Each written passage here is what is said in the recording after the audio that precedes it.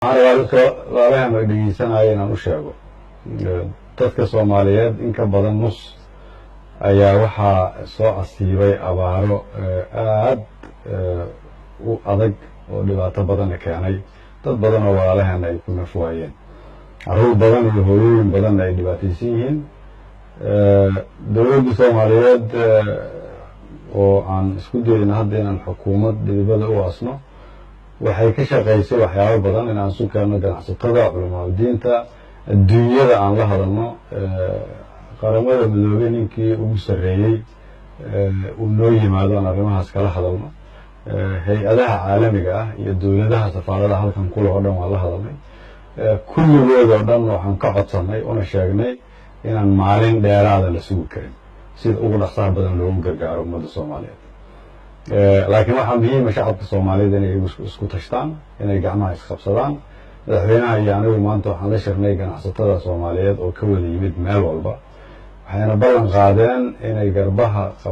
isqabsan doonaan la shaqayn doonaan guddiga gurmadka abaaraha ayna kaalmayn doonaan dadka Soomaaliyeed oo tabaalaysan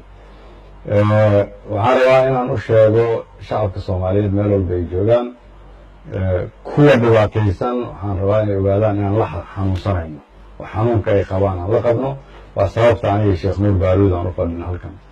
kuwa aan dhibaataysnayn adduunyada meel walba ka jooga waxaan leenahay sida aan ugu gurmano shacabka Soomaaliyeed maantay waxay qayb ka noqon doontaa taariikhda ummadda Soomaaliyeed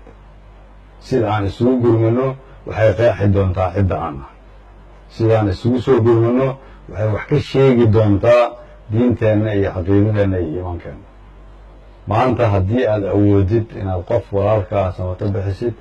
waxaan kaa codsanaynaa ha sugin berri caawa sameey ha sugin berri caawa sameey dowladda iyo xukuumaddu waxay ka shaqayn doonaan in muhiimadooda keliya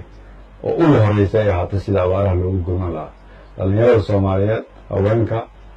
ururada kala duwan kulligood way isu yimaadeen shalayto sidoo kale shir weyn baan yeelanay